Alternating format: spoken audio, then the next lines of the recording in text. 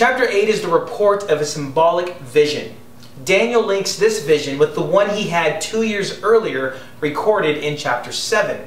Now the symbols indicate that the entity described possesses the qualities of the symbol. For example, a horn represents strength.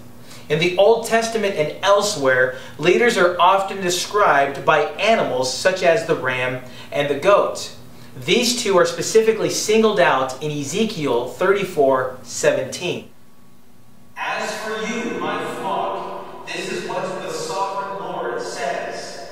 I will judge between one sheep and another, and between rams and goats.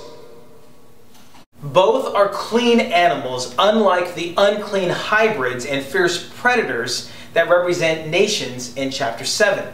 The ram represents Persia. According to the zodiac, Persia is under Aries, the ram. The two horns on the single ram suggest Media and Persia, both subject to the rule of King Cyrus.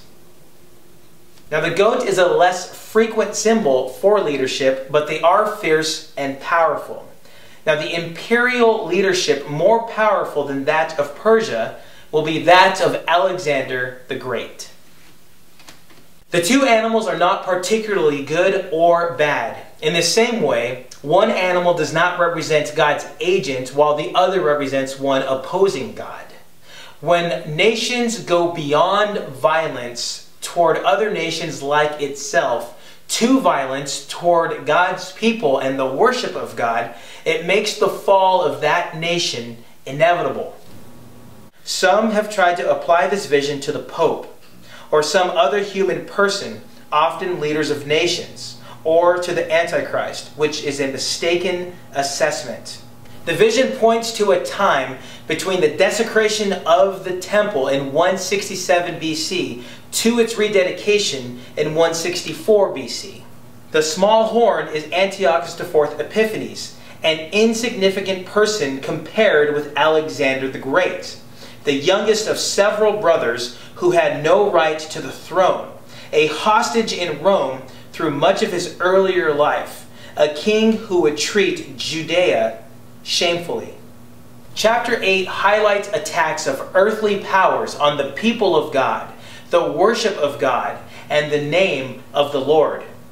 The central meaning is that human contempt of God leads to an end.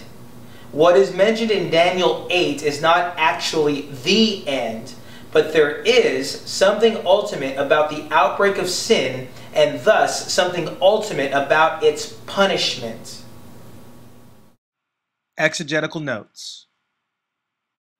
The ram in verse 3 represents the Medo-Persian Empire. The goat in verse 5 represents Greece, led by Alexander the Great. Verse 8 mentions, at the height of its power, the large horn was broken off. Alexander the Great died suddenly at the height of his power in 323 BC. Verse 8 mentions 4 prominent horns. After the death of Alexander the Great, his kingdom was partitioned out to his 4 generals. Cassander received Macedonia. Lysimachus received Thrace and Asia Minor. Seleucus received Syria and Babylon, and Ptolemy received Egypt and Arabia. Verse 10 mentions the host of the heavens. The notion of attacking stars goes back to Isaiah 14:13 and is applied retrospectively to Antiochus in 2 Maccabees 9:10. From 169 BC, Antiochus's coins picture his head surmounted with a star. The attack on the temple can implicitly be an attack on the Lord worshipped there. Verse 12 mentions truth was thrown to the ground. When the temple was desecrated, many scriptures were burnt. Torah scrolls were destroyed by Antiochus's forces.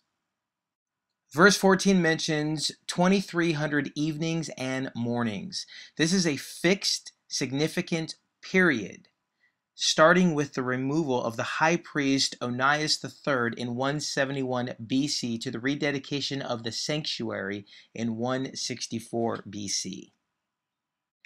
Verse 17 mentions the time of the end.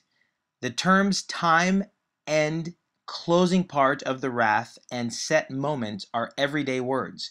They do not inherently refer to the absolute end, but refer to an end, specifically the end of Antiochus's persecution of the Jews. In verse 26, Daniel is told to seal up the vision.